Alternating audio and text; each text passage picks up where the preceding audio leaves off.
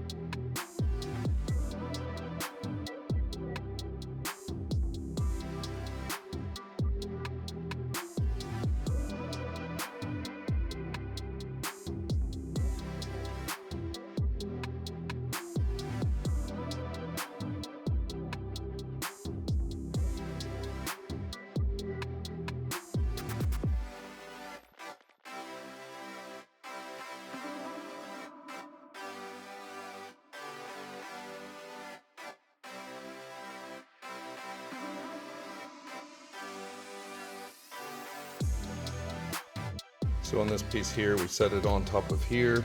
We pre-drilled it with our pre-drill, which is right here. So we pre-drilled it, put this sitting on top, taped it, crossed, pre-drilled here, and then we went back over it with this drill bit, which I believe, I'll have to figure out what size this is, because it doesn't kind of tell me. But we went over it with this drill bit and it worked perfect, especially in this green drill, low torque.